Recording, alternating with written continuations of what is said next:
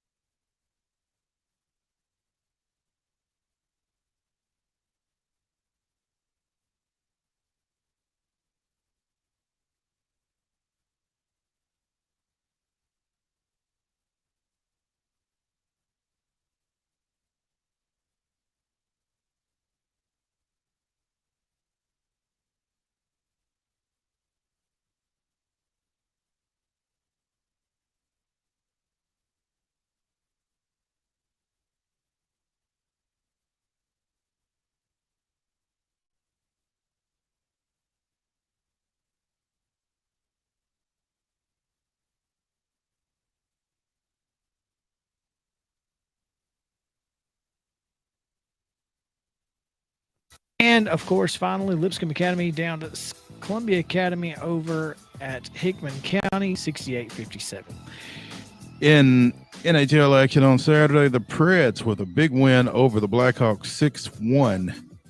NBA action, the Grizzlies with a 118-105 win over the Spurs. I'm going to just leave that alone. UT defeats Arkansas women 70-63. Middle Tennessee State women fall to UTEP 56-55. Today's schedule, high school action. Summertown is at Creekwood. That is a it's a start. Yeah, it's a doubleheader. Okay, 6 o'clock start at Creekwood. Junior college hoops tonight. Tennessee Valley Prep, the Valley Boys with the Z come to town, take on the Chargers at the 5 p.m. tip at the Web. NBA action tonight, 6:30 tip. Memphis is at Brooklyn. And in the NFL action on Monday Night Football, it's the Browns and the Steelers at 7:15 on ESPN. Manning Cast on ESPN2. That's going to do it for the rundown.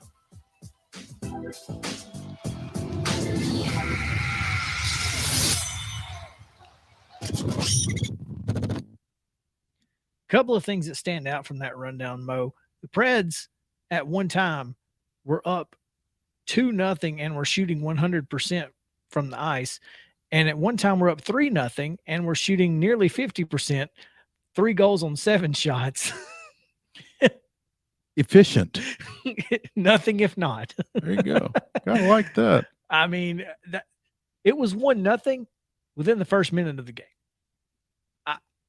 I opened my phone and to the ESPN app just to see if it had started yet. It said 18:58 to go in the first. 1-0.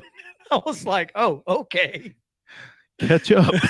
I mean, I'm over here grazing our charcuterie boards and whatnots, and there you go. And next thing I know, the Preds are up 3-0, and I was like, well, I guess I don't need to watch this. So they got this. Click. Yeah, that was pretty much it. Preds 6, Blackhawks 1. That was pretty big. Out of that Richland tournament, you were there for the championship games, and that was pretty impressive couple of finals. It was. I'll tell you, Gleason's going to be a team that folks in Class A are going to have to deal with. They've got a presence down on the low block, a young lady named Daisy Blevins, who will step back and take the 3 as well. But and Summertown was playing without Emily Brazier. Jeremy Jean said after the game she had not played at all in the tournament, some sickness. She's expected back, I believe, tonight for the Creekwood game, but he felt like that they did a good job of playing without her and kind of developing the next man up or next woman up mentality there with her being out for the week and picking up 3 good wins down there to stay undefeated. I think they're 13-0 now. Yeah.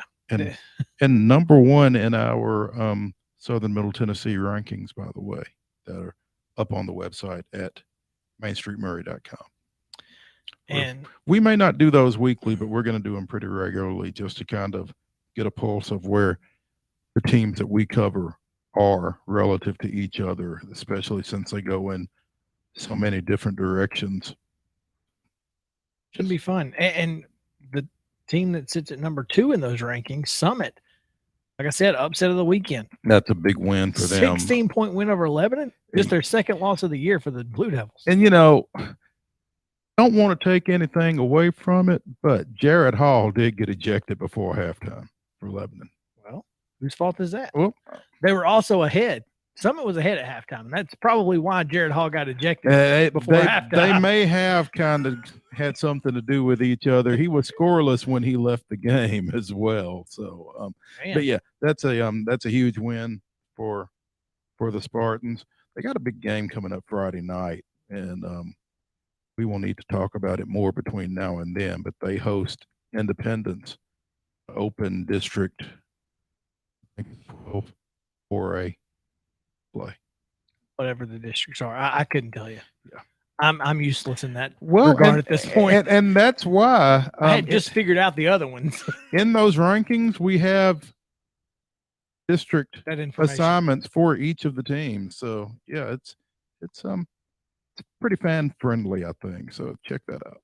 Speaking of mainstreetmurray.com, couple of stories on there. One particularly that went up yesterday evening.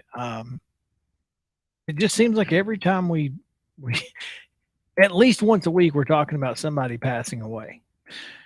And it's unfortunate. And this one, I think, is impactful for a lot of folks in this area. Former Columbia Central football standout Fred Pickard, who was in the inaugural Hall of Fame induction class back in 2018, died Friday in Dixon at the age of 83. He had been a Parkinson's disease patient for quite some time, and he passed away. So obviously, clearly a big loss around here. Like I said, a member of the first Hall of Fame class at Columbia Central, played college ball down at Florida State with one Burt Reynolds.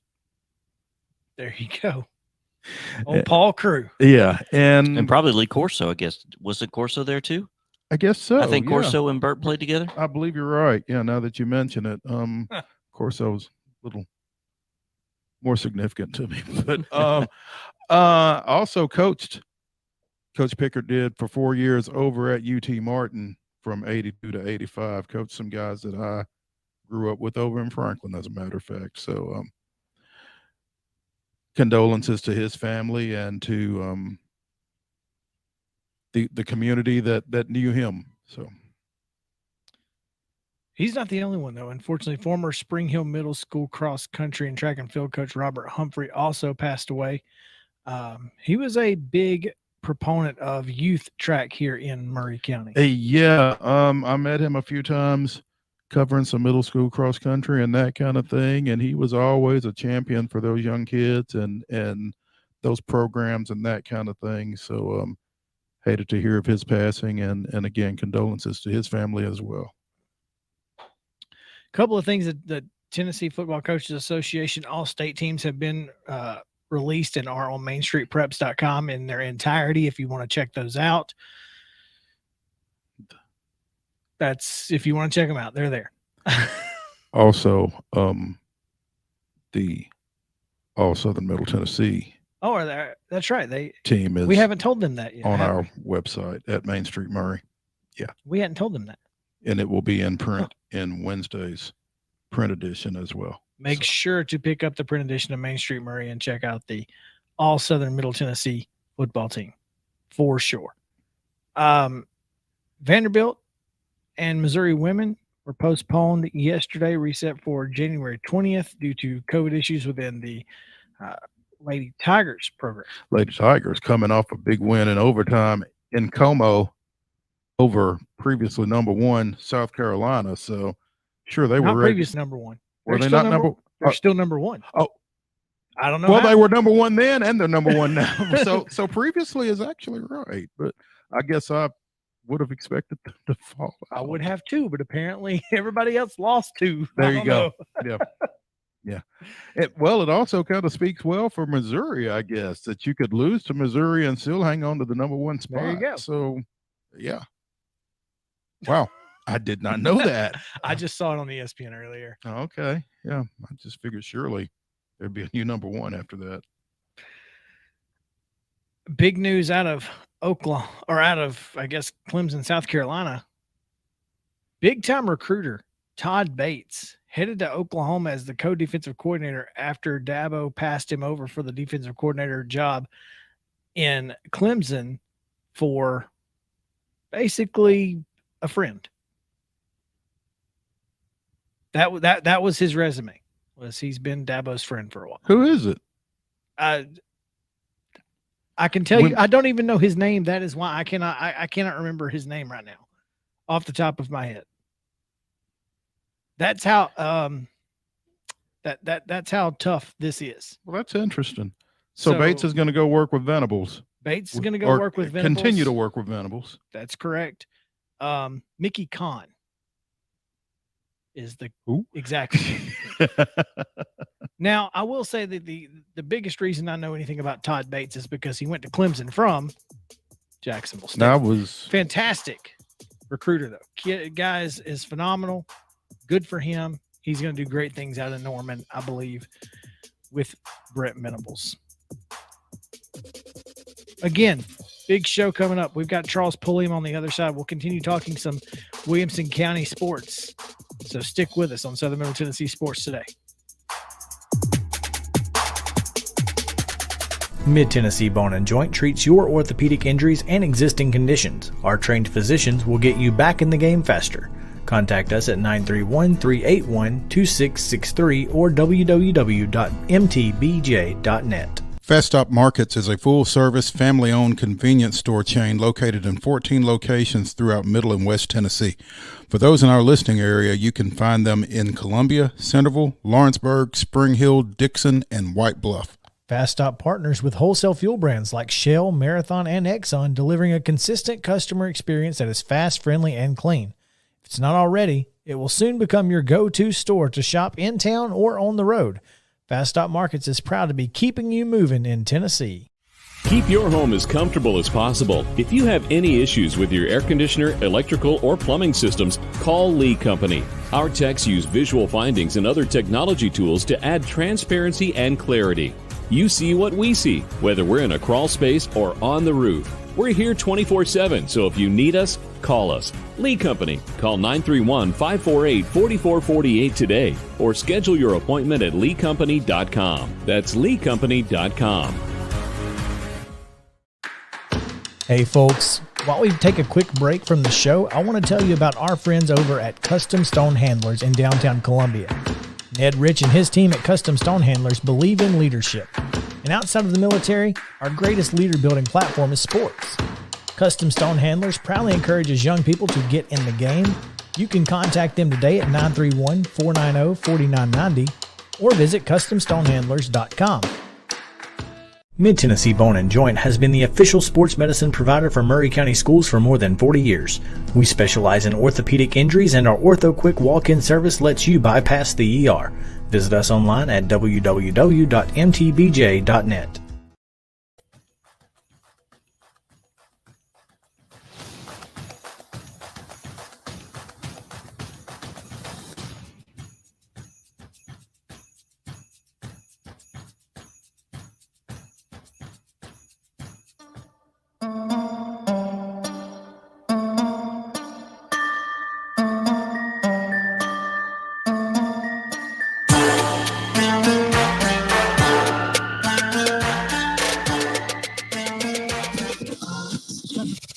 Local sports talk you'll only find here.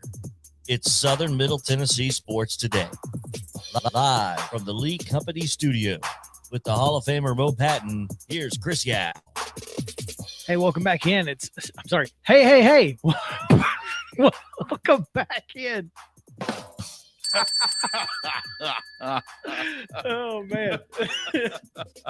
It is Southern Middle Tennessee Sports Today, presented by Mid-Tennessee Bone and Joint. I didn't even think about that. That's great. That's good. Oh.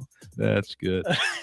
We'll talk about the Titans in hour 2 with Teresa Walker and give you our reactions to more across the NFL as well. But Can we get that clip? I'll see if I can work on that. Yeah. It's got to be out there. It's got to be out there. Yeah. We'll just talk about it later. Because when I heard it on TV, I thought, what was that? Well, and the stadium reaction. Yeah, hey! It was great. They were paying attention. Every bit of it was hilarious. Oh, man. Well, Mo, in the last segment, we talked briefly about that King of the Hill tournament over at Summit. It was pretty impressive tournament. A lot of great basketball played, including Summit Lebanon in the championship. Independence grabbing, I guess, third place. Was that for third? I don't remember. Officially, it was for fifth because they lost in their opener. That's right. Yeah.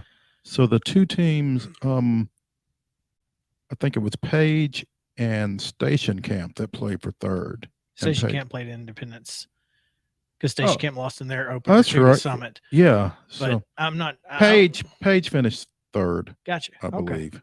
Charles was there. Well, we don't have to speculate at this. Yeah. Kind of what I was going for is to bring in the expert, the guy who knows it all. We're going to go way up north to Springfield. But, basically the same thing as Alaska. North to Springfield. Charles Pulliam joins us now, and we are so excited to have him, presented by Williamson Herald, from Brentwood to Spring Hill, Nolensville to Fairview, covering Williamson County sports like nobody else. Charles, welcome in. How was your new year? Hey, guys. Not bad. Kind of greeted with some snow here, too, so it feels a little more like that Alaskan home. So it's been good, though. We had a busy week, right? It's always that time right after Christmas, right before the new year. There's so much going on sports-wise. So jammed a lot in the last week and kind of ready to find that routine again, Do you guys get, the snow here is super wet. It's almost like and it just gets weird. Is that the kind of snow you guys get up there, or is it more of a dry snow? It's definitely more of a dry stuff. Yeah, you can get, and then it varies too. Right now we're crispy in the Springfield area, so it's trying to stick, but I don't know. It just looks like a dusting around here. Yeah, I hear you. We got quite a bit at my house. I don't know about you guys. I probably end up with about 3 inches of snow and probably a half inch of ice under that on the deck. Yeah. Oh, man. We didn't have any ice. No, it was scary. Yeah. I did not want to walk down my steps. Yeah, I understand. Yeah, that's a good fail video there. Yes. Yes. Charles, you were camped out at Summit on Thursday. Is that right? That's right. Yeah, you were talking about the Indy boys, and that was technically the 5th place game, but they lost in that opener. So it's like an old. That's like the way the state basketball tournament's set up in Alaska. You lose your first game, you're going to do no better than 5th place, which is kind of unique. But thinking of that tournament as a whole, with Brentwood dropping out, it kind of lost a little bit of the luster there, because I kind of wanted to have 4 Wilco teams in, but they brought in Lighthouse, which ended up being very short-handed twice. I think the first game they played with 7 kids. The next game they played with 5 and closed the game with only 2 players on the floor. And then they came back with 6 the next day. So pretty unique, but just a fun tournament overall. Hats off to Coach Jim Fay and all the staff there for putting on a nice one. I hope they continue to do that one. I think that's a good inaugural tournament. Well, I think as long as he can continue to win it, he'll probably continue to put it on. So, yeah, that was. He didn't make it easy on himself to win it, though. No, and that's the game they put forth. So each getting to watch those guys each of those days. They started out with like the nice solid showing by beating a tough station camp team, and that was a really slowed down pace one. And coming back, they were able to beat Page the next night, I think 63-54. And that's just a pretty good matchup there. Page is pretty scrappy. And then closing out the tournament in just incredible fashion, man. I mean, some mistake-free basketball and a 63-47 win over Lebanon, snapped their 15-game win streak. A lot of emotion early on, but still it was just one of those games where, Lebanon threw everything they got at them, and the Summit boys just held strong. They were steady right through, took every punch and punched right back. It was just a fun game to watch, and you got to see the improvement from that team from when they first played. Probably about 3 or 4 weeks ago they played Lebanon, and I think they lost like 22. So neat to see those guys and their improvement. They're going to be a tough out. I'm looking forward to this Independence Summit game on Friday night. That's the one I'm going to as well, and it's fun because you get a couple of these great sophomores we have that went to the same middle school. I think they both played. Was it Spring Hill where they played? I forget, but Jet Montgomery for Independence, Bradley Stewart for Summit. Stewart ended up being named the MVP of the King of the Hill tournament, with good reason for that too. And then they got another young player in Isaac Power there as well. But then just senior leadership across the board. I really like Andrew Smith. But for Indy, knowing that, Jet is just kind of emerging as one of our top players already as a sophomore, and Bradley's kind of trying to make a name for himself too. Those guys played on the same team in middle school. I would have liked to catch some of those games. You would hate to have been a post player on that team. Oh my gosh, right? Because you're only scoring if you go get an offensive rebound. Yeah. But whoever came away as a post player out of that, they got to have phenomenal footwork because they're just all about setting screens and rolling. Yeah, that's it. That's it. Jet Montgomery and our Southern Middle Tennessee stat leaders is number 2 in scoring with 24.1 points per game. Bradley Stewart, 13.5 points per game. He and Isaac Power each scoring 13.5. So, like I said, I'm expecting that one to be an interesting matchup when they play Friday night over at Summit. Speaking with Charles Pulliam of the Williamson Herald here on Southern Middle Tennessee Sports Today. Charles, you talked about that Summit Lebanon game being a little emotional. Seems like there was some emotion running through that tournament because Indy had some issues earlier in the week, did they not? Against Lebanon. Yeah, well, and that's Lebanon was on the both ends of a pretty unique situation there where you get multiple technical fouls. So on that opening night on Tuesday, it was a great game between Indy and Lebanon kind of going into late in the third quarter there. Really, Lebanon kind of had the lead early on, but they were only able to maintain maybe 6 to 8 points or so. I mean, Indy was always right there in striking distance. And then on a pretty tough call, Tyus Anderson went up and blocked the shot. I mean, pretty clean, but the official didn't have a good angle on it, so he called the foul. And by then, this was maybe the third or fourth call that was like, ooh, one of those cringy ones. And Tyus, he made it known how he felt about it, and it was more of a reaction more than like the words, because I mean he was out at midcourt stomping away before the official put his hand down, and in doing that, Coach Wilkins stepped into the frame and ended up getting the second one, and so you get the foul on the drive, so there's 2 free throws. Technical foul, there's another 2, and then the second technical, so 6 free throws. Kid from Lebanon knocks them all down. And then they get the ball for possession 2, and they score there. So an 8-point swing just like that, and that just puts the game out of reach. And I think the final was 70 to 52, but I was looking forward to a tight finish, and there was just no way to overcome that one. And then the same thing happened on the other side in the championship game. Only Lebanon. Early on in the second quarter, their star player, big 6'7" kid, Jared Hall, getting a lot of recognition around the mid-state. Couple guys in the stands to check him out. Just lost his temper. Some of the Summit students were kind of taunting him, and he didn't like it and made it known and had to be held off. Then he walked off the court. And this is the first time I ever seen this, but you get your 2 technicals, you're ejected from the game.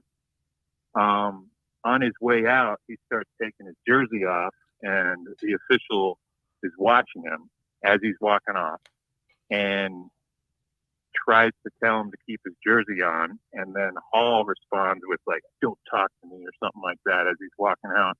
And the official gives him a 3rd technical foul, and he just storms out of the gym then. But I've never seen someone get tagged with 3 like that. And that's technically a team technical. Yeah, it goes to the head coach. You just add on. Yeah. The fact that you knew that is. Well, technically, he's now a member of the bench when he's been ejected. After he's gotten the second one. Yeah. So the 3rd one goes to the head coach, which is on the bench. Yeah. Must have been a weekend for taking jerseys off. Stab. Yeah, my goodness. Yeah, right? Oh, man. Yeah. But that was a tough sequence. And, I mean, we're talking, it's 7 minutes to play in the second quarter, so a full game to go here. And Summit was able to use that to, take I think an 11-point lead, and they maintained a 8 to 9 point advantage all the way through and led by as many, I think, as 19 in the game. And there's some talented guys there. Yaron Alexander's one of the other go-to guys for Lebanon, big 6'5", lengthy, can shoot the ball, and even though they're giving up so much size, they had a kid inside, Landon Ingalls, 6'8", 6'9" kid. Summit's not loaded with size, but they held their own so well. It was super impressive, and it started with Bradley Stewart just staying under control and kind of guiding the offense. Good stuff. Good stuff around.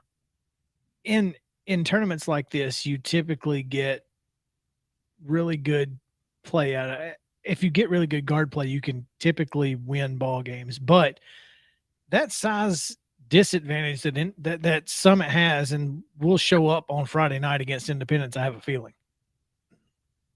Yeah, agreed too. And that's, they got, I look at TJ Jones as, that good power forward kid that's just a big, strong kid down low. But he's only about 6'1", 6'2".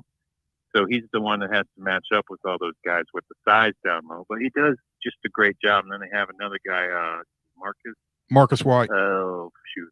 Marcus White. Marcus White. Mm-hmm. That's more of the bigger body.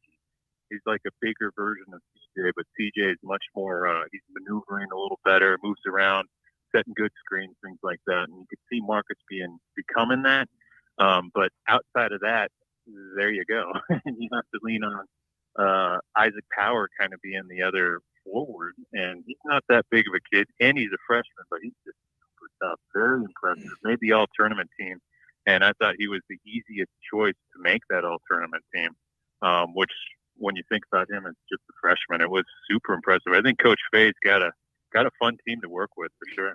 And I think when you look around that district, when you look at Independence, Summit, Columbia Central, Ravenwood, and Nolensville, I don't know that there's a whole lot of size anywhere. And so I think you're going to see a lot of really good matchups on a night-to-night basis in that district because everybody's pretty evenly matched from a size standpoint. And I think it's going to be a lot of fun. It's going to start Friday night with that Independent Summit game. Charles, I think you also slipped up to CPA for the Next Level Classic last week. Yep, did some Next Level. And then, of course, I'm going to you for some wrestling too. But, yeah, super, super busy. My Next Level was mainly on the girls' side, so I followed some of the Brentwood Academy girls and, of course, the Brentwood Academy boys one as well. But there was some standard CPA games there. CPA lost to, I think, Oak Ridge, was it, on the second night, 108-99.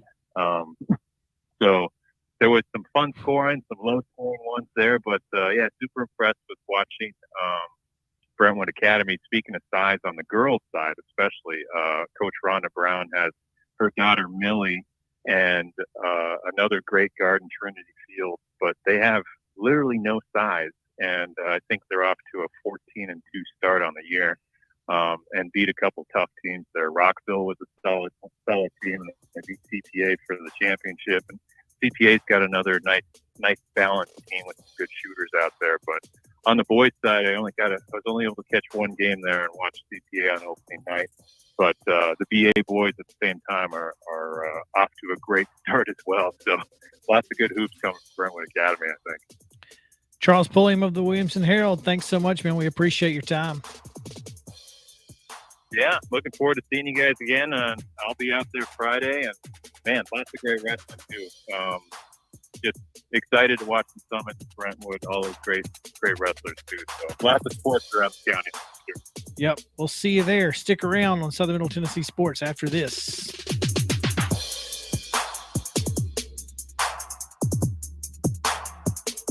Mid-Tennessee Bone and Joint treats your orthopedic injuries and existing conditions. Our trained physicians will get you back in the game faster. Contact us at 931-381-2663 or www.mtbj.net. Festop Markets is a full-service, family-owned convenience store chain located in 14 locations throughout Middle and West Tennessee. For those in our listening area, you can find them in Columbia, Centerville, Lawrenceburg, Spring Hill, Dixon, and White Bluff. Festop partners with wholesale fuel brands like Shell, Marathon, and Exxon, delivering a consistent customer experience that is fast, friendly, and clean. If it's not already, it will soon become your go-to store to shop in town or on the road. Festop Markets is proud to be keeping you moving in Tennessee. Keep your home as comfortable as possible. If you have any issues with your air conditioner, electrical, or plumbing systems, call Lee Company. Our techs use visual findings and other technology tools to add transparency and clarity. You see what we see, whether we're in a crawl space or on the roof. We're here 24/7, so if you need us, call us. Lee Company. Call 931-548-4448 today or schedule your appointment at leecompany.com. That's leecompany.com. Hey folks, while we take a quick break from the show, I want to tell you about our friends over at Custom Stone Handlers in downtown Columbia. Ned Rich and his team at Custom Stone Handlers believe in leadership. And outside of the military, our greatest leader building platform is sports. Custom Stone Handlers proudly encourages young people to get in the game. You can contact them today at 931-490-4990 or visit CustomStonehandlers.com. Mid-Tennessee Bone & Joint has been the official sports medicine provider for Murray County Schools for more than 40 years. We specialize in orthopedic injuries, and Ortho Quick walk-in service lets you bypass the ER. Visit us online at www.mtbj.net.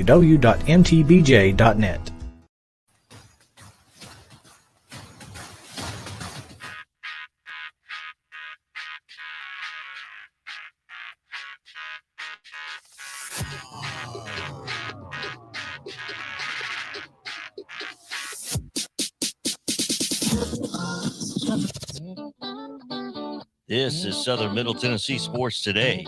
Sports talk like it used to be. You know, like your crazy uncle used to listen to. Only better. Here's Chris and Mo. Hey, welcome back into Southern Middle Tennessee Sports Today. Presented by Mid-Tennessee Bone & Joint. We are continuing on this hashtag Reaction Monday. And if only we had some things to talk about. To react to? If only we had some things to react to. Though. Did anything happen over the weekend that in sports that we should talk about? Well, I don't know. I've slept since then. I hear you. Let's a couple of days ago, seriously, and we'll get to it later in the show, but there was something that I was really fired up about, but then I went to bed and got back up and went to bed and got back up again, and it kind of cooled off, but we'll get to it. Well, let's get fired up on it again. Yeah. You know, I was sitting there on New Year's Eve and talking with my dad during the Alabama-Cincinnati game. And we came up with we were just kind of, having conversation. And about halfway through it, I was like, I should really get my notebook down and write some of these things down because I'm going to forget them and they'd be great topics for Monday. Do we just need to have Chuck on? He won't remember either. He slept twice since then. He probably forgot that we even had a conversation. Oh, man. But, it's exactly what we expected. The college football playoff semifinals. It is what it is. So we just have to go with what happened. I mean, we can sit here and say, well, if this, if that, maybe it would have been better, but I don't think it would have been. I think we're going to get the Alabama and Georgia matchup no matter what, except if they had played in the semifinals. Yeah. I mean, that's the only way. But the championship and I think that'll be the next thing that people start lobbying for. The argument that we don't want to see that game, we just saw that game in the SEC championship game. Well, yeah, let them play again. Give somebody else a shot. Let them play. That's what I said. I think if you play them in the semifinals, then I feel better about the situation because, yes, it's nice. But let's just go ahead and get that game out of the way because, as JP will tell you, it's not about the game. It's about the production. It's a TV show. Is it not? It's a TV show. It's a TV show, but are we ready? Are we really ready to make that admission? I mean, are we just here to manipulate things for ratings? Do you believe that Georgia was the number 3 team in the country? I don't believe they were the number 4 team in the country. No, they should have been the number 2 team. But they manipulated it to make it seem like they weren't the number 2 team in the country, didn't they? It's all a manipulation is my point. I guess my thing is, though, I'm not sure how much – I mean, I don't think clearly from the outcome in particular, Georgia was the number 3 team, but I don't know how much difference there is in number 3 and number 2 since they play each other anyway. Sure. I'm just saying there's some manipulation there. And if Cincinnati hadn't been number 4, had it been somebody else, who knows? If Notre Dame had been undefeated instead of Cincinnati, they would have been the number 3 team, maybe. You could have made that argument, right? Or they could have been the number 1 team and made Alabama 2 and a Georgia 3. You know what I'm saying? This is just a weird year. Doesn't matter because Alabama and Georgia are going to play in the national championship 1 week from tonight. And Georgia is a 2.5-point favorite. They opened as a 2.5. 3 is what. Is it 3 now? Yeah, 3 is what ESPN is showing based on their numbers. 3 even. Yep. Despite the last meeting. Mm-hmm. Well, this one is in a nondescript Midwestern city. It's not in. It was about the same, wasn't it? Wasn't Georgia? Weren't they a 3.5 in the SEC championship game? I think so. Yeah. So not much has changed. So I mean, a nondescript Midwestern city like Alabama's fans and Georgia's fans can't get to Indianapolis. Well, I do think that there is a little difference in a stadium that you've played in 3 or 4 different times. You know, there's a little difference in some familiarity with regard to your routine, maybe. Still 110 by 53 in the third, right? Whose routine matters? Whose advantage are you saying that helped to being in the Georgia Dome? I don't think because both Alabama and Georgia have played many games in there. That's what I'm saying. I don't think there was. I'm just saying. I was going somewhere else with that. Okay. Where I was going, and you didn't get there, right? Because I was so rudely interrupted. Not here. Seriously. The point that I was trying to make it is that nobody wants to go to this nondescript Midwestern city to watch Alabama and Georgia play, other than obviously the Alabama and Georgia fans. That's all you need. But if I'm going to the college football, there's a lot of people who buy that ticket, though, right? And the Super Bowl's been in Indianapolis. I don't know. And here's have why you we're been doing to Indianapolis? Yeah. Okay. Have you been in January? Yeah. Have you been there for a big event? On purpose? Listen, they have like Minneapolis, they have crosswalks that are covered. Sky bridges. Yeah. You can get to a lot of places. Indianapolis is very centrally located. The downtown area, tons of restaurants, tons of shops. It's a really nice downtown area. You're about to get kicked off this show for they host defending Indianapolis. And they do a very good job at hosting big events. We're doing this because of the Big Ten. Let's just be done with this. We're doing this because the Big Ten. No, we're doing it because Indianapolis hosts really good big events. They're on the rotation, and the NCAA happens to be there as well. But they're part of the rotation. I don't know. How did they get into the rotation? Because that's where the NCAA is. Well, because it's not like there's ever going to be a Big Ten team in it. Well, they've hosted the Super Bowl there, and it was very successful. It's a bid out process, just like the Super Bowl. Yeah, you bid for it, just like the Blue Cross Bowl. Indianapolis does a good job with these types of events. They do fine, but we've talked about this so many times, Mo. Bowl games are supposed to be in warm climates, and they're supposed to be a reward. This isn't a bowl game. No, this is not a bowl game. Get it? But dang, Super Bowls are in Detroit and Minneapolis. Well, they shouldn't be. This is the and matter of fact. What's funny? They're in Detroit and they're in Indianapolis. When's the last time it was in Atlanta? It's been a while. No, last year or the year before. Yeah, Mercedes got it a couple years ago. Yeah, once they got the new building. Was that the first time they'd had it since the ice storm when the Titans and Rams were in it? Probably. Could have been. Mm-hmm. Could have been. Yeah. I just if I'm buying if I'm taking my vacation to go watch this game, I don't want to do it in Indianapolis. That's all I'm saying. Mm-hmm. Anyway, and that's a valid point. I'm just if you're really just taking a shot at Indianapolis. If you're just a casual fan going to watch a national championship game, you don't necessarily want to do it in Indy in January. But aren't you going to watch the football game? But if I'm taking 4 days, it's not just a football game I'm going to see. Then wait till it gets to a warm weather city. I mean, if you're just a casual football fan, what do you care?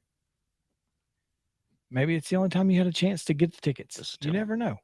You I'm take just it, so saying. you take advantage of it. Listen, Sure. my dad got used to get into the raffle for Final Four tickets. Yeah. And he actually got them one year. Where at? In Detroit. That sucks. But the good news was that I was with the Bobcats at the time, and Final Four does a Saturday, Monday. Mm-hmm. Well, guess who had a game at the Pistons on Sunday? Oh, how random! We didn't play again in Charlotte until Tuesday, so I was able to go to both Saturday and Sunday's game because we had a lot of North Carolina, a lot of Connecticut, Emeka Okafor. Both of those were in there, so the team went up early to be there for the Final Four. I got to stay over. My dad came up. It was a great weekend. Turned out great. But point being is that you just take advantage. When you get those tickets, you go, no matter where Do it whatever is. you got to do. Yeah, Because I'm just saying. And yeah, it was cold. It snowed. It snowed in March. No, in April at the Final Four. It's going Weather was miserable. But it was the national championship. This is the national championship. You go wherever it is. Indianapolis does a great job. Hey, go to St. Elmo's. Go to St. Elmo's, get the shrimp cocktail and a nice piece of red meat, and it will be worth it. I promise you.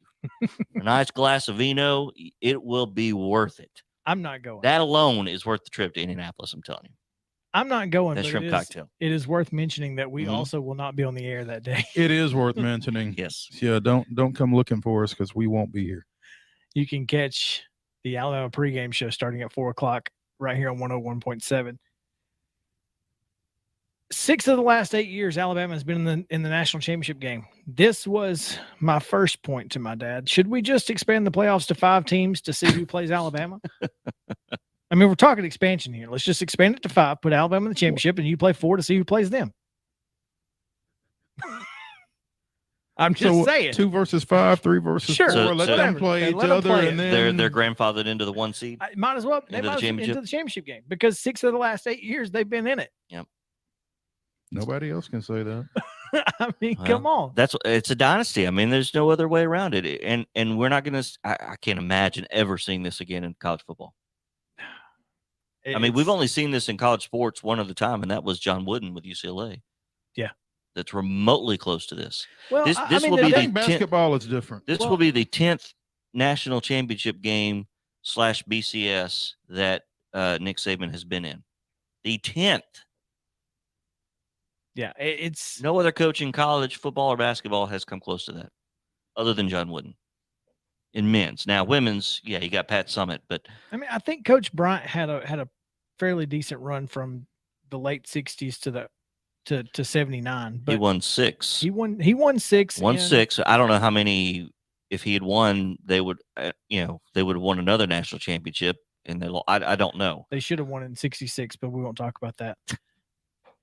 They made up for it a couple of other times that they've claimed 41. national championships, right? 41 and 66 should interchange. I think it all evens out. I think it evens out in Bama's favor over time. But you're right. It's something we've never seen before, and I can tell you something else. I don't know if you guys watched the ball game, but the speed on Alabama's defense was something Cincinnati had never seen before either. Mm-hmm. They had no idea that the plays that they'd run all year long, getting the edge and getting to the outside 10 yards, first down, suddenly weren't working. Wasn't going to work. Well, what's funny is Alabama's defensive speed was a game changer, and I think Georgia's offensive speed was something that Michigan was not ready for. Yeah, Georgia and Michigan was as much of a mismatch as Alabama Cincinnati. Mm-hmm. Period. I mean, if Cincinnati and Michigan had played, I think that would have been a heck of a ball game. 2 semifinals would have been a lot more fun than the championship game would have been. They should have a consolation game. I'm here for it. I'd like to see Michigan and Cincinnati. Yeah, on the Saturday. On the Saturday before the Monday. Have a consolation game. I'm for that. Let's do it. Let's get that in the works. I mean, Georgia scores on their first 5 possessions. And it was the offense of Georgia that was if there was a question mark, right, it was the offense. And they scored on their first 5 possessions. I mean, yeah. We talked about how Georgia was going to shut down the run game of Michigan. Mm-hmm. We knew Michigan wasn't going to be able to run the football, and they never were able to. Sans the last drive against the junior high kids. I mean, Yeah. let's be honest here. The SEC at the top is by far and away better than anybody else in the country. And everybody talks about their the conference's bowl performance, but in the only 2 games that matter, they're 2-0. Well, 5-6 overall. That's not great. It's not great, but it ain't bad. And you got two teams in the national championship game. And you still got another bowl game hanging out there That's tomorrow true. night. So they're not winning that one. We have so much more that we can talk about here. We'll get more into college bowls later in the show, but we do have Teresa Walker coming up in the next segment, so we definitely want to talk Titans with her. So let's do that when we come back on Southern Middle Tennessee Sports Today.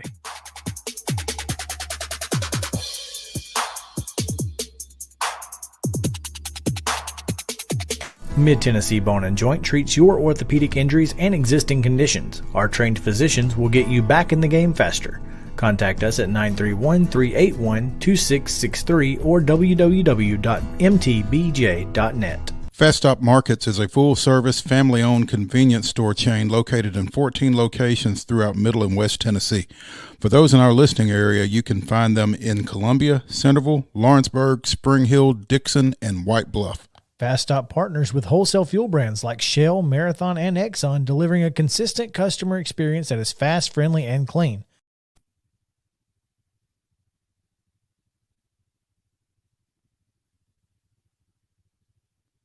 Mid-Tennessee Bone and Joint treats your orthopedic injuries and existing conditions. Our trained physicians will get you back in the game faster.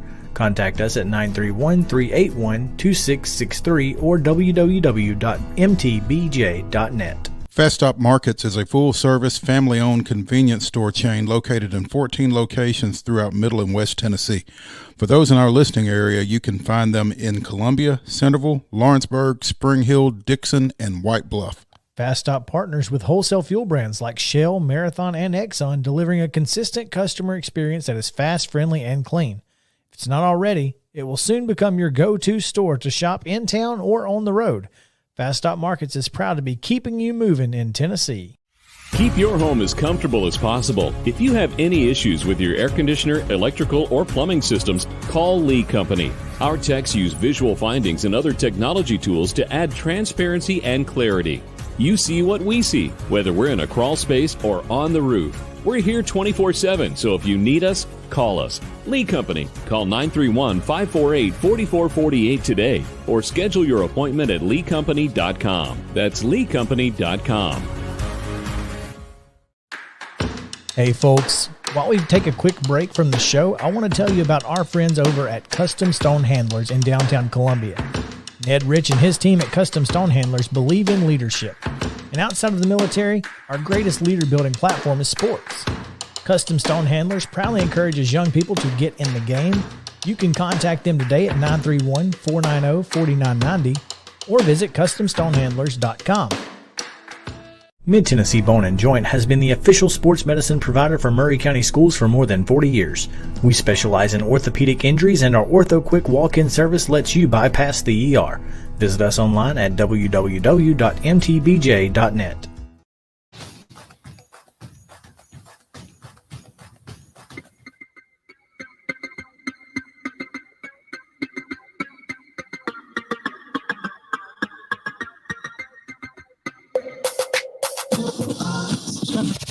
From preps to pros and everything in between, it's Southern Middle Tennessee Sports Today.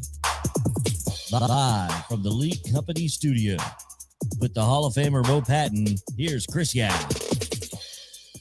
Welcome back in to Southern Middle Tennessee Sports Today, presented by Mid-Tennessee Bone and Joint.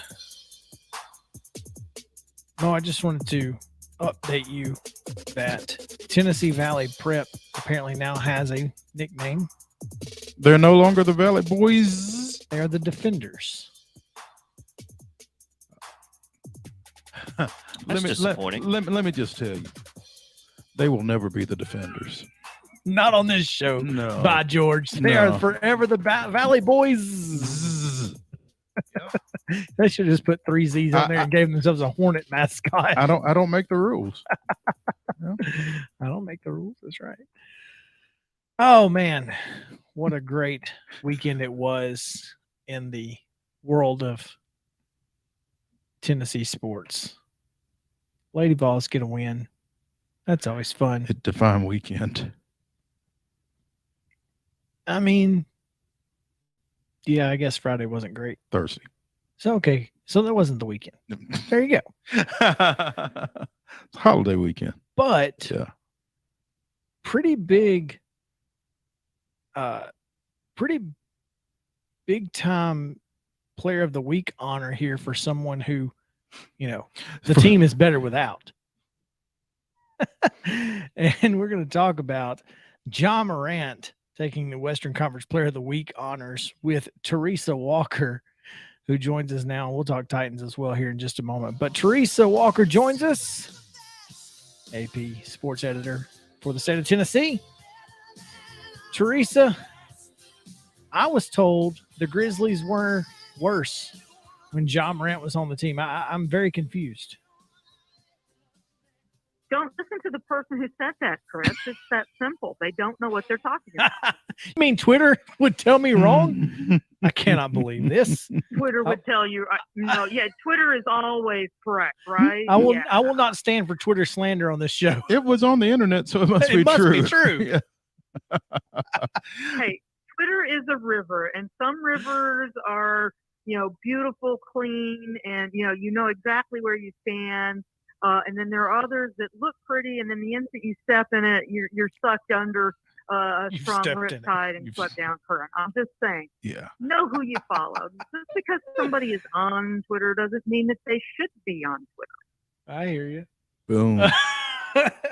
Ja Morant, Memphis Grizzlies guard, Western Conference Player of the Week after going for 33 against Phoenix, 41, and the game winner against the Lakers, and just 30 against the Spurs. Becomes the third Memphis player since 2016 to be so honored, following Mark Gasol and Mike Conley Jr. So, how many weeks have there been in the NBA season, and we've had 3 players of the week in like 5 years? That's rough. There you go. Well, let's just put. The Grizzlies went through a stretch there where things were a little down, and here's the thing, there's a lot of great players in the NBA. It does take something to break through, and Ja Morant did it last week. I mean, he outdueled LeBron.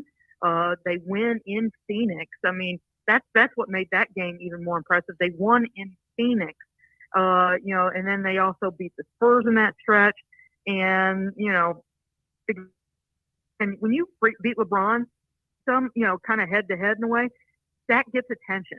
And I'll just say this: I'm very curious to see what happens with the All-Star picks, because he has made an incredibly strong case this year. I mean, the leap in his play, he's averaging nearly, I think, 6 to 8 points more.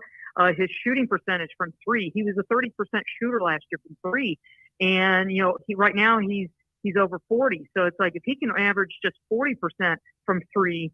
A buddy of mine down in Memphis, Peter Edmondson, he's making the argument that Ja would be unguardable.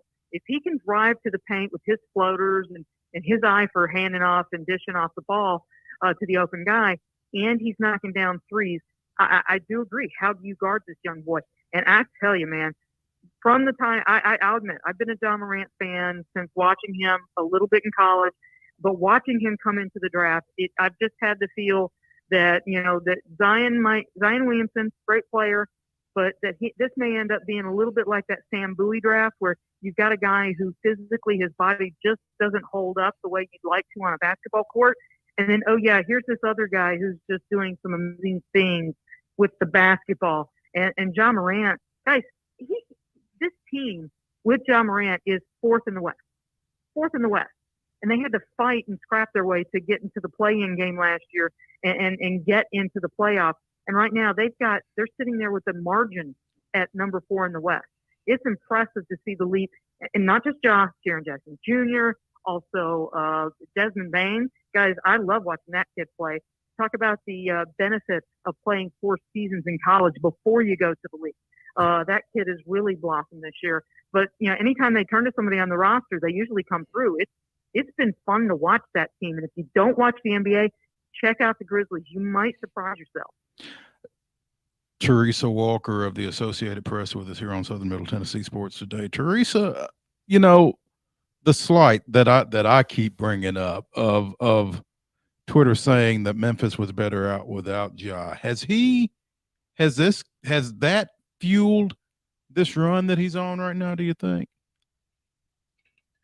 No, I'll say this. The kid was talking about, and I say kid because, 22, and I'm tracking, I could be, I'm not going to say grandma. I probably could. Never mind. We won't go down that road. No, but no. the thing with Ja Morant is he came into training camp talking about how he'd been working in the dark.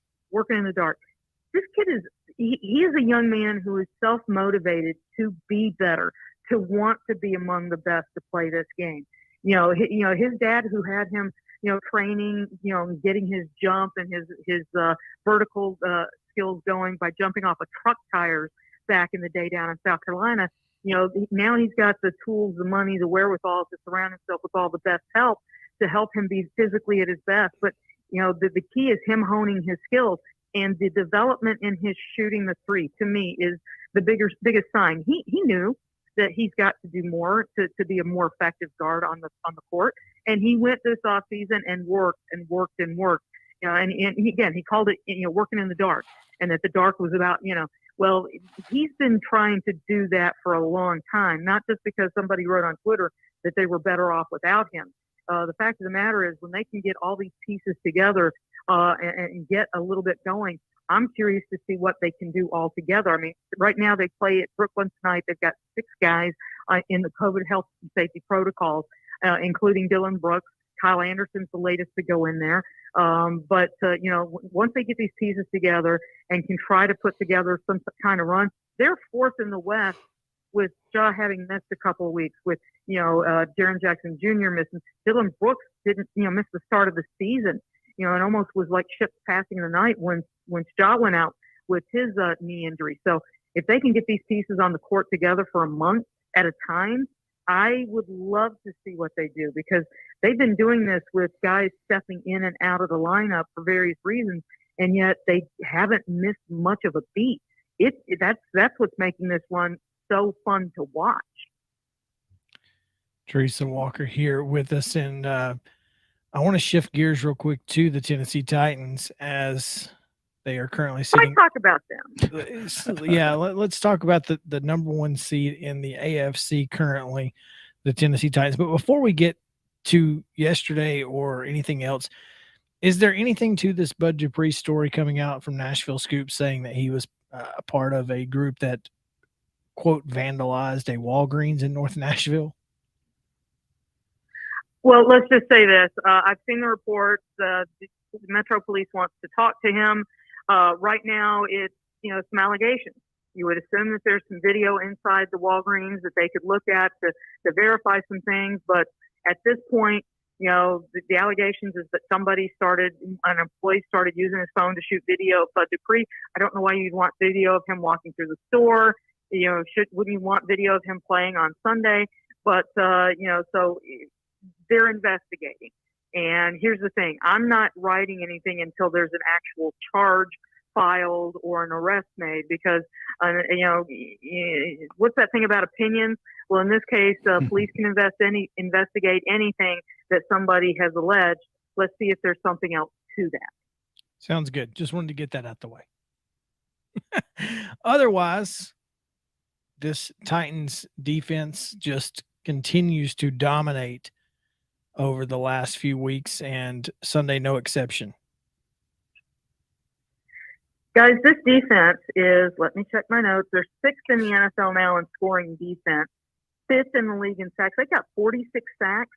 They had 19 all of last year. Remember last year, for the last season and into the off season, how dare he make Shane Bowen the defensive coordinator?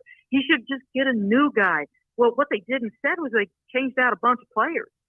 7, 8 players, off of that defense last year, gone. New guys brought in. D'Amico Autry, 9 sacks. Bud Dupree had his best game possibly of the year yesterday. And I'm trying to think, Jack Rabbit Jenkins, Buster Screen, a guy from Chattanooga, played with the Mocs, he's been in the league a long time. He's now finally getting to go to the playoffs for the first time in his career. But they changed out that many guys, and it made a difference. They're second against the run. I mean, they're doing things, and when you watch them play, swarming to the ball. When I watch them, it kind of reminds me of the old John Ward phrase, and a host of volunteers, because you got guys just rushing onto the ball carrier. And, part of it is the fact, Mike Rabel's talked about this. Part of it is just the rest. They got the bye December 5th. They had the weekend off, the mini bye after the 49ers game. Being rested helps you run faster, feel better. Maybe you can ignore some aches and pains a little easier when you've had some rest. But they've been playing together now, so you also have that continuity, the chemistry. Kevin Byard's been there. Monty Hooker's been there for much of the year, even though he had a stint on IR. Jackrabbit Jenkins, he comes in and out of the lineup, but then they've just been plugging people in. It's been fun to watch this defense, and it's amazing the difference a pass rush makes. But some of the sacks are coming because they're covering in the secondary. It's all working in hand, and I just kind of go back to that. Sometimes it really is about the players. It's Jimmy's and Joe's, not X's and O's. JP says that we have a question from our Facebook listeners. Yeah, it's from Phil. It says, will we ever, in all caps, by the way, see Julio Jones play again this year? Yes. In fact, I just got an email that they've activated him off the COVID list. You didn't notice him so much in the game against the Niners because, A.J. Brown went off. But here's the thing. I still maintain this, that Julio Jones, that whole trade was to get a guy to help them in the postseason. Remember the playoff loss to the Baltimore Ravens? Corey Davis was hurt, went to the sideline, made it easier for the Ravens to double A.J. Brown and, swarm Derrick Henry, and that helped shut down the Tennessee Titans offense. So, you can't ignore Julio Jones. If you do, he did have a 100-yard game in Seattle.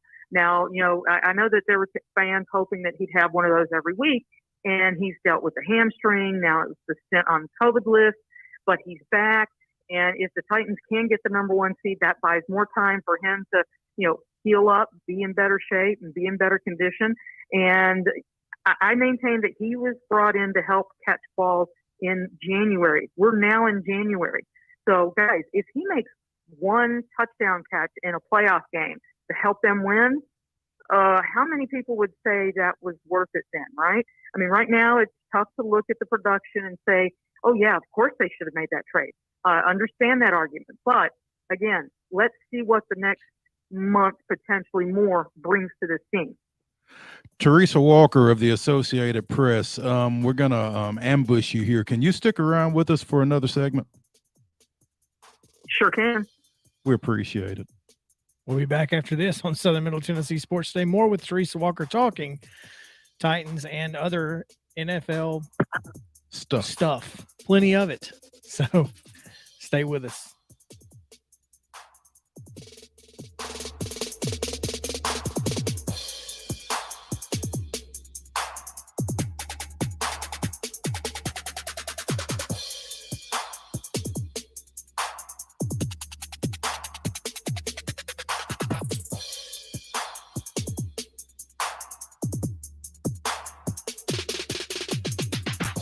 Mid-Tennessee Bone and Joint treats your orthopedic injuries and existing conditions. Our trained physicians will get you back in the game faster. Contact us at 931-381-2663 or www.mtbj.net. Festop Markets is a full-service, family-owned convenience store chain located in 14 locations throughout Middle and West Tennessee. For those in our listening area, you can find them in Columbia, Centerville, Lawrenceburg, Spring Hill, Dixon, and White Bluff. Festop partners with wholesale fuel brands like Shell, Marathon, and Exxon, delivering a consistent customer experience that is fast, friendly, and clean. If it's not already, it will soon become your go-to store to shop in town or on the road. Festop Markets is proud to be keeping you moving in Tennessee. Keep your home as comfortable as possible. If you have any issues with your air conditioner, electrical, or plumbing systems, call Lee Company. Our techs use visual findings and other technology tools to add transparency and clarity. You see what we see, whether we're in a crawl space or on the roof. We're here 24/7, so if you need us, call us. Lee Company. Call 931-548-4448 today or schedule your appointment at leecompany.com. That's leecompany.com. Hey folks, while we take a quick break from the show, I want to tell you about our friends over at Custom Stone Handlers in downtown Columbia. Ned Rich and his team at Custom Stone Handlers believe in leadership. And outside of the military, our greatest leader building platform is sports. Custom Stone Handlers proudly encourages young people to get in the game. You can contact them today at 931-490-4990 or visit CustomStonehandlers.com. Mid-Tennessee Bone & Joint has been the official sports medicine provider for Murray County Schools for more than 40 years. We specialize in orthopedic injuries, and our Ortho Quick walk-in service lets you bypass the ER. Visit us online at www.mtbj.net.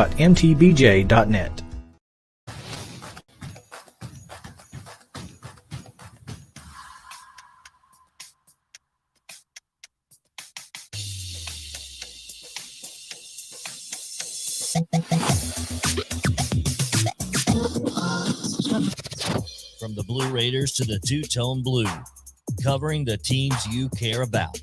It's only on Southern Middle Tennessee Sports Today. Live from the Lee Company studio with the Hall of Famer Mo Patton, here's Chris Yao. Welcome back in as we continue talking about the Tennessee Titans and other NFL news with Teresa Walker of the Associated Press. Hey, hey, hey. So wild. I was having internet issues yesterday, and so my streaming of CBS was struggling at times. Obviously, when it rains, Charter gets a little iffy. So all I see on my screen is like can't load player, blah blah blah. But then I hear it pop up out of nowhere with the audio, and all I hear is hey, hey, hey, and then the fans, hey. It's like, how you doing? How's your mom and them? Right. Like everybody in the stands all at once. That was absolute nuts. But Teresa, did you hear did you hear that live? Like, what was your reaction to that? Oh, the Sean Smith yesterday with the hey, hey, hey. Yes.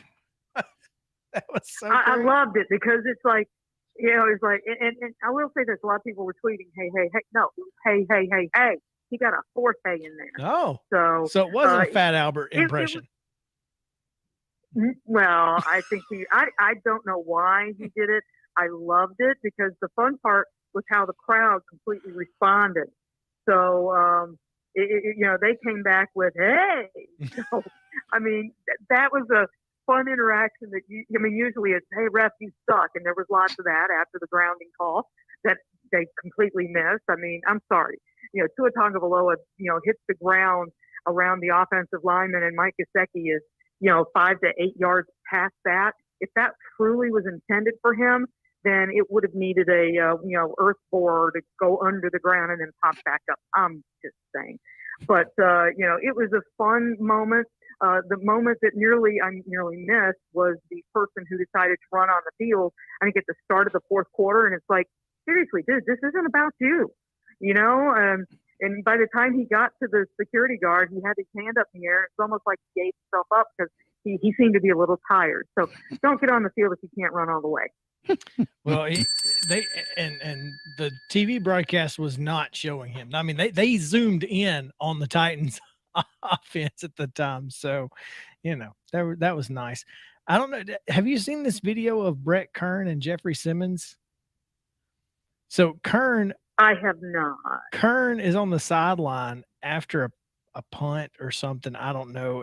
After the defense comes off the field, and he's asking for high five, and Simmons just walks by him. And so Kern goes to the bench and says, next time you leave me hanging on high five, we got problems. Good for him. Oh, I thought it was hilarious. Good for him. I'll tell you, this has just been a crazy week. Has it not?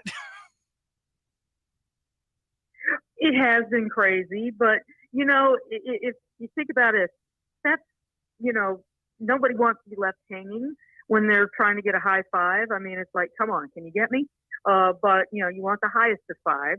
Sorry, that was a How I Met Your Mother reference to anyone who ever watched that show. Sorry. Good call. Exactly. It was legendary. But Wait for it. Exactly.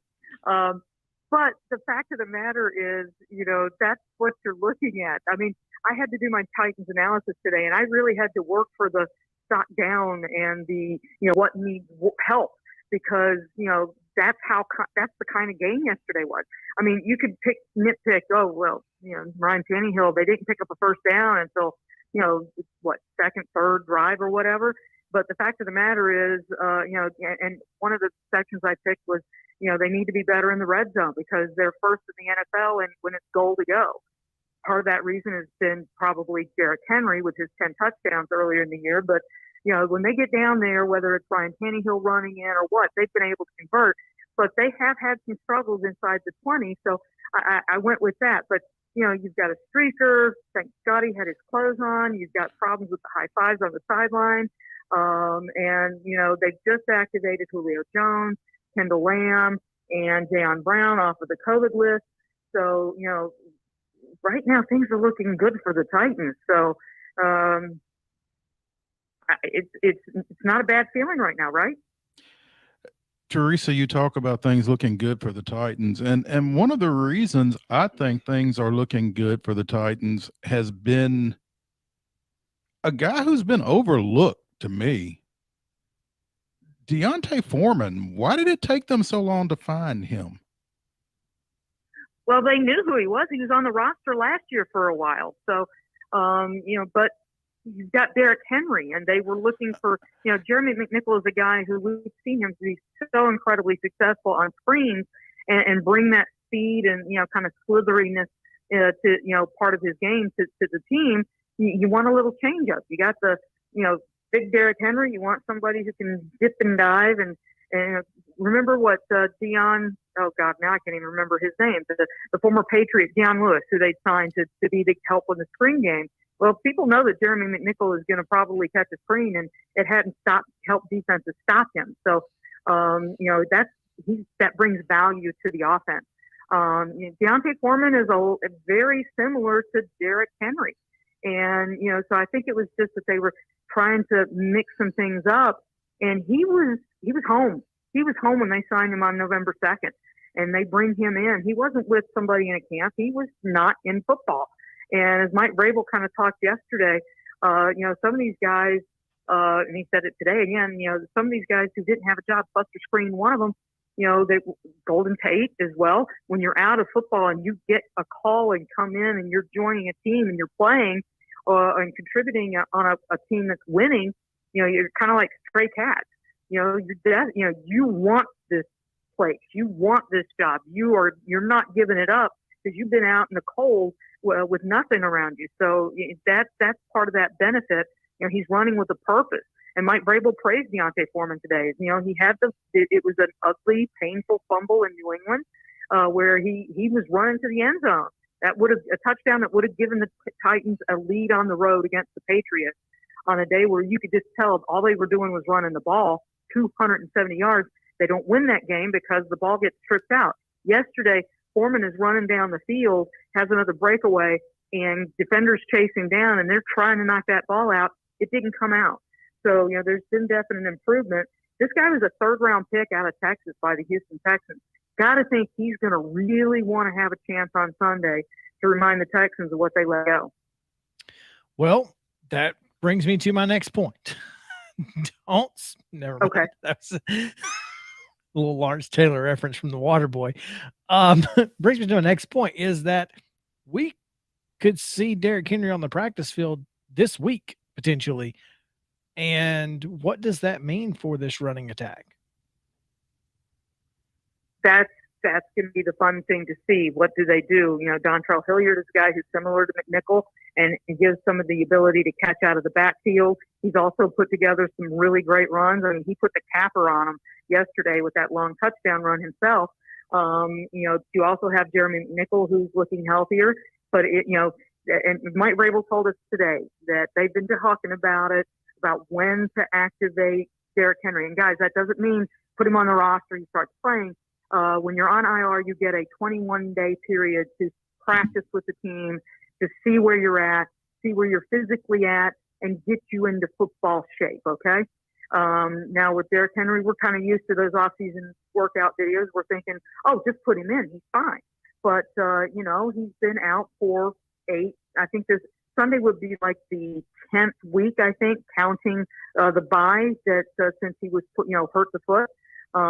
So, even he might need a few days, right? So we're expecting, Mike Vrabel said, a decision likely midweek.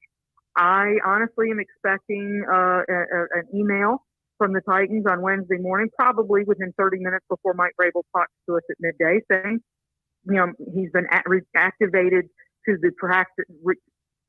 I love the phrasing, activated to the return to practice window situation. And that gives them, if he looks great Wednesday, Thursday, Friday, then maybe you say, sure, go ahead and play him a few snaps on Sunday.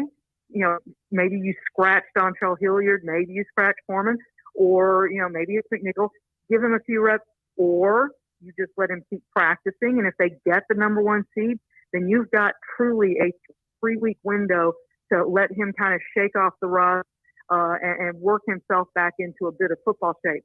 The challenge is, this is where it's going to be tough to read the tea leaves. Mike Vrabel, in his 4 years as head coach, has tended to err on the side of caution that if a guy could, benefit from an extra week off, he sits him. Most notably, his first game, Taylor Wan gets a concussion, and he told Ron, no, you're not playing next week. You're going to get over this concussion. I think that's his 14 years as an NFL player coming to bear.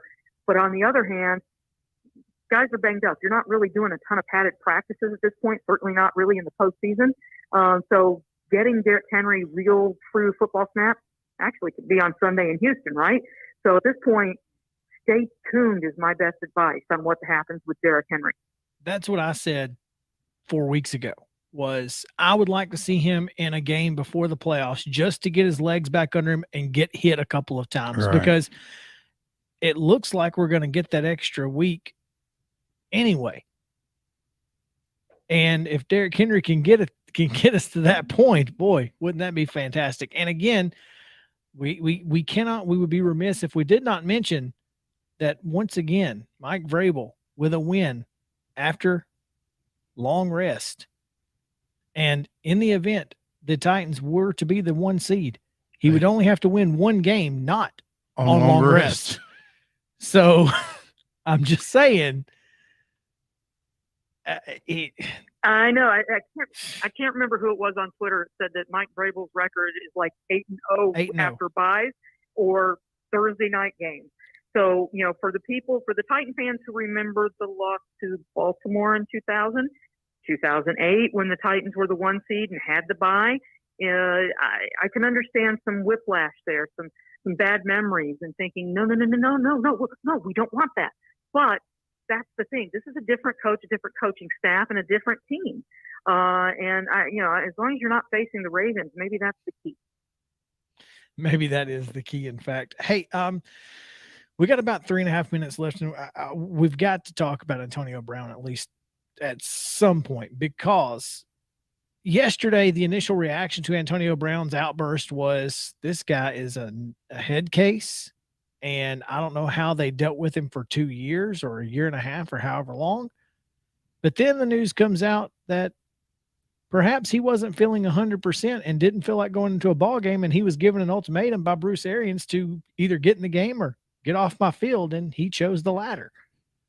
And I don't even know. I don't know where to start with this. This is just this is an odd situation, but Antonio Brown seems to find those.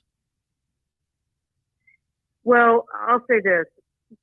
The way he stripped off his uniform and walked off the field, I hadn't seen that before. Vontae Davis, I think it was, quit at halftime of the Buffalo Bills game, but at least he was at home, and he didn't throw equipment off and strip off his jersey before he left the field. So, the story is probably somewhere in the middle. But when I hear that, that idea that he was ordered into the game, wasn't feeling good, that feels a little spinach. trying to, maybe put a different light on it. This guy, the thing that was trending last night that caught my attention, Vontaze Burfict was trending and kind of reminded me of the hit that he put on Antonio Brown once upon a time when he was still with the Steelers. And I don't know what's going on. I just hope that Antonio Brown gets some help, because you don't strip off in the cold like that just because you've been told to get off the sideline. Okay. Yes, you could be mad at your coach, and Bruce Arians has had his back. That's the thing.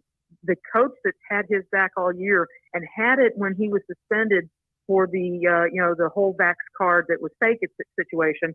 That's the thing. Suddenly this guy is telling you to get in the game, and that's your reaction because, you think you're still so hurt you can't play. I mean, guys, we know players, when they're dressed, they want to play. If you've got the uniform on and you're active, you're standing there thinking, when am I getting in the game, right? Yeah, I mean, that was my thought too. If you're not wanting to play, then you're not standing up on the sidelines. You're probably back on the bench or back out of the mix, that kind of thing. So, and I just can't see Arians being that type guy. But especially with everything that he's done, like everything he's done in support of AB to this point. So stay tuned, I think. That's typically the case with Antonio Brown. You should stay tuned. Teresa, thanks so much for taking some time with us today. We always appreciate it. Sounds good. Thank you, guys. We could just talk to her for 2 hours on Monday. It's just so much to talk about. And we could continue talking about the Titans if we wanted to on the other side. And perhaps we will mention some, but we will also talk about some college football news. So stick around. Southern Middle Tennessee Sports Today returns after this.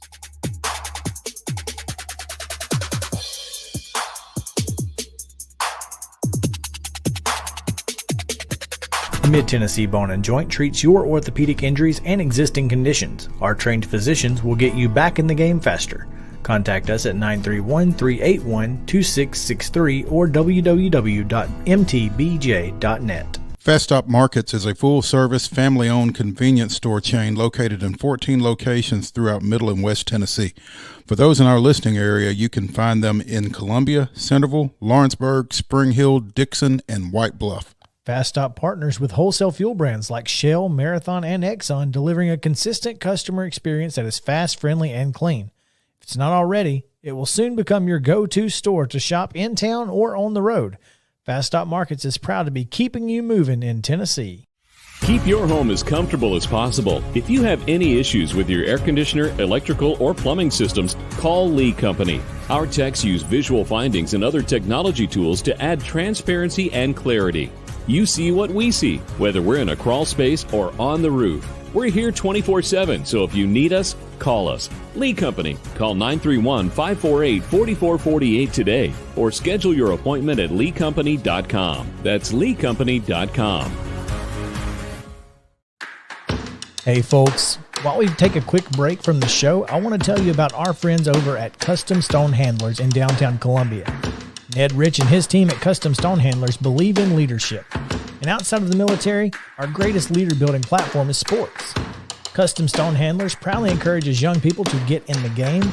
You can contact them today at 931-490-4990 or visit CustomStonehandlers.com.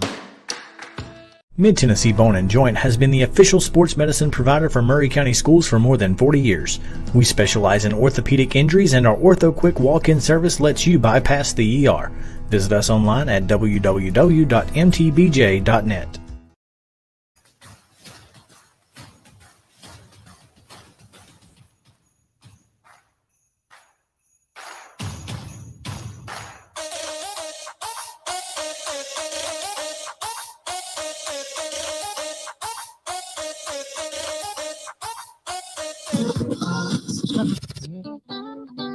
This is Southern Middle Tennessee Sports Today.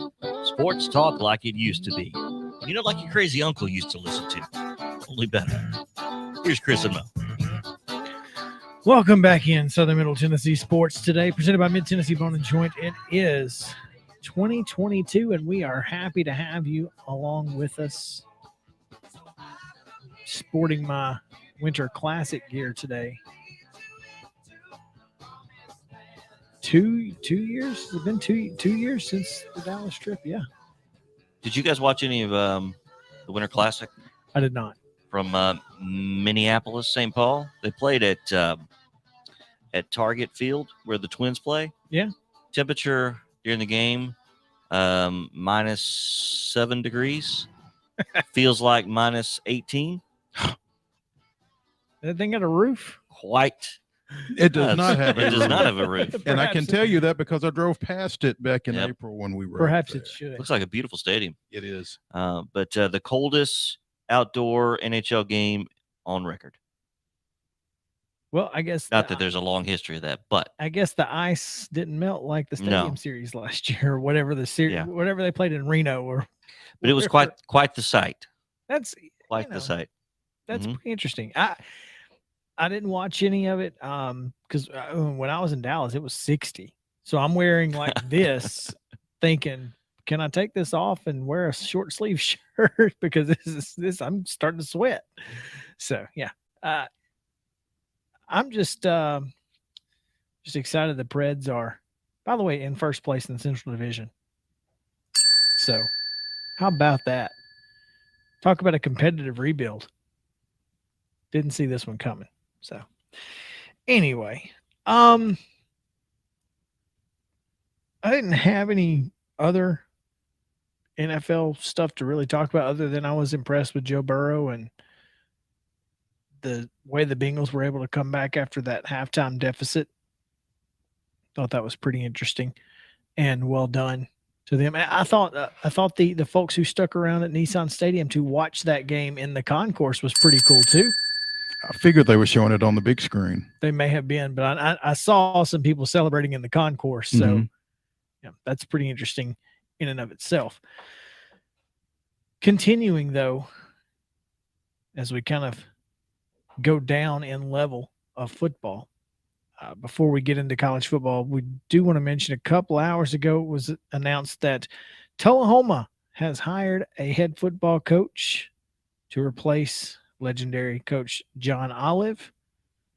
They have now named Coy Sisk the head football coach. He was elevated from defensive coordinator. Oh. Yeah, he had been on the staff, and I think this was a situation that kind of called for that. Most of the time when you're going through a head coaching change, you're wanting to make a clean sweep. Tullahoma coming off a 15-0 state championship season, and obviously had restabilized things with Coach Olive, and so if it ain't broke, don't fix it. A great call by the principal, Jason Quick, down there, staying on staff, just kind of continuing the stability and maintaining some continuity there with the elevation of defensive coordinator Coy Sisk, who it's a little odd that he's even there, to be honest, because if you know anything about that community, Tullahoma and Coffee County don't necessarily mix, but Sisk was twice defensive coordinator for the Red Raiders and also coach at Marshall County and at Lincoln County, from which he graduated in 1993, which I think would have been about the time Kelly Holcomb was there as well. So, but I'm sure that they are happy to have that done as the spring semester and off-season workouts and that kind of thing get going. So Coy Sisk, the new head man at Tullahoma. Talking college football, kind of getting into the bowl games and whatnot. I don't know where Mo, I don't know where you sit in your pick'em. Well, I can tell you, but I can tell you that I'm a game ahead of JP, and JP's last in the standings. Well, what is JP? JP currently 17 and 18. So you are 18 and 17? I'm sorry, 17 and 19. I am 18 and 18.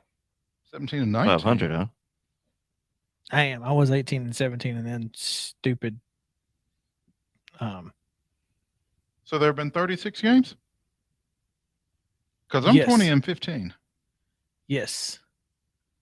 Wonder which one I'm missing. You may have fat fingered a selection like I did a couple of times. Maybe. No, I'm. Ole Miss got me. Oh, yeah. Well, didn't see Corral getting hurt. Thanks. That was one thing that I was really on a rant about was, the whole opt-out, Kirk Herbstreit running off at the mouth kind of thing on Friday. Let these guys make the decisions that they need to make for their futures. Don't control and don't be mad at them either way. Either way. I mean, if these guys decide, I'm not going to play in a meaningless bowl game being anything that isn't for a national championship, let them do what they need to do. I don't think their teammates hold it against them. I don't think their coaching staffs hold it against them. You saw the Missouri coaching staff that wouldn't play Tyler Beatty. Told him you're not playing. Yeah.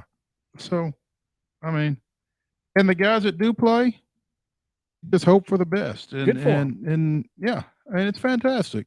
But don't hold these guys up as paragons of virtue. Matt Corral didn't opt out, as Joe Tessitore said about 3 minutes before the injury. Did you see what Corral said? He had a post before the game that said, "Look, I'm going out there. I'm going to fight with my teammates, and I know the risk. And whatever happens, happens. If it's my time to be done, then it's my time. It is what it is." Sure. He probably doesn't get hurt if his lineman doesn't fall on top of the guy who tackled him. Mm-hmm. I don't understand why do linemen do that? Why do offensive linemen jump on top of piles? Do they not realize that there are guys on the bottom of that pile? Like, does that not cross their minds? Because there's a certain offensive lineman who plays on Sundays for a certain team that we follow who took himself out for a few weeks diving on a pile like that. Don't do it. It's dumb. Yep. Anyway, Sugar Bowl was a bore fest because of Corral. Corral doesn't go. I don't know that it was a bore fest because Luke Altmaier showed you some things. Yeah, I don't know. I mean, I just felt like I didn't think that either offense was very good at any point. They weren't consistently good. I mean, Baylor's quarterback at one point was like 5 of 14 for 32 yards. I was trying to figure out where John Rice Plumlee is. They targeted him once.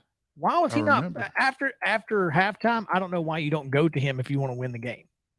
He's a receiver. I mean, it turned out Altmaier he did show you some things, but boy, first college meaningful snaps are against that Baylor defense in the Sugar Bowl. Yeah. Hey, baptism by fire, my buddy. Go get him. Not just him though, but same thing happened in the Rose Bowl. I mean, Utah has to go to Bryson Barnes. Who did nothing but, lead them on a game, a touchdown, go-ahead touchdown drive. Or no, I'm sorry, game-tying touchdown drive. Mm-hmm. Before Ohio State kicked a field goal to win it. Before Utah went into the I don't want to win defense. The prevent. Yeah. Prevent me from winning defense. There you go. But was that the best game of the weekend? Most entertaining? Utah, Ohio State? Yeah. Either that or the Music City Bowl. Yeah. Yeah, those were the best two. But the Music City Bowl was not great for me because, I'm cussing. But neither here nor there. You're right. Most entertaining game by far. And I'm sure that maybe next week we'll have a top 5 bowl games for you on Tuesday. So we won't get into that too much. But I just thought that was a very entertaining football game. Njigba Smith. Is that Smith and Jigba? Smith and Jigba That dude and Marvin Harrison Jr., holy cow. Yeah, who needs a Olave? Who needs Olave? Exactly.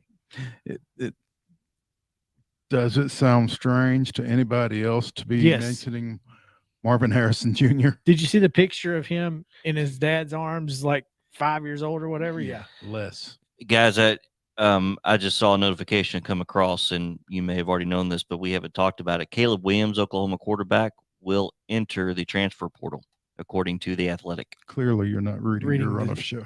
Yes. Sorry. Clearly, I'm not. So get to it, boys. Well, Well, listen, I just had a notification come up a minute ago, so you just added it too. I'm assuming, right? I was kind of going Yep. backwards because I did want to get to that, but Just going based on when I he got the he got the news, basically so. said that Oklahoma's still an option. Mm-hmm. He's just weighing his options. Wouldn't that be something, though? You lose Spencer Rattler and Caleb Williams. He told Brent Venables, "You're going to have to recruit me." And they are. I mean, Oklahoma football has put out a release as well, pretty much extolling the virtues of Oklahoma football and what they can do for him and what they will try to do for him as far as the NIL and that kind of thing. So they are recruiting him, in fact. Trying to find that tweet here on Twitter. Yeah, good for Caleb, I guess. But I'm curious. Caleb Williams enjoyed an exciting and impactful first season at the University of Oklahoma, and we will continue to be engaged with him and his family on a comprehensive plan for his development as a student and a quarterback, including a path to graduation and strategic leveraging of NIL opportunities.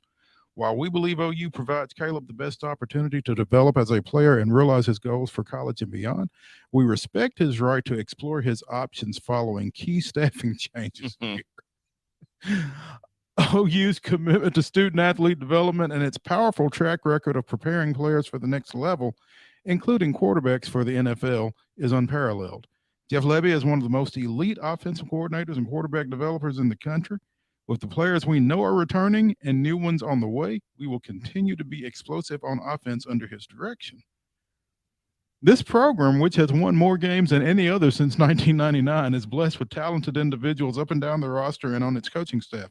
We stand ready to build on the momentum of last year's 11 wins and bowl victory and to continue OU's long-standing championship tradition. So again, Joe Castiglione and Brent Venables are recruiting Caleb Williams again. Well, for the first time in their case, I guess. I don't know.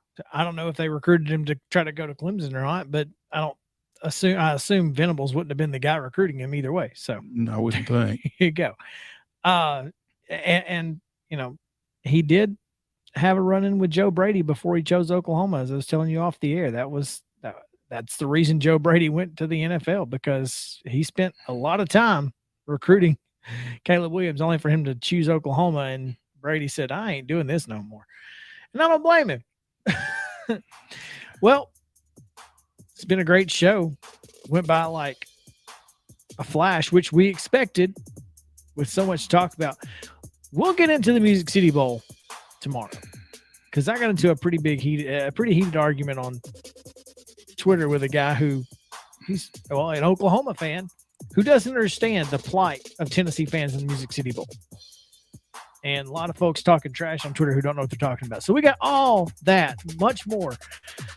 Come back tomorrow. Same bat time, same bat channel for Mo and JP. I'm Chris Yousing. Have a great day and stay cool, Columbia.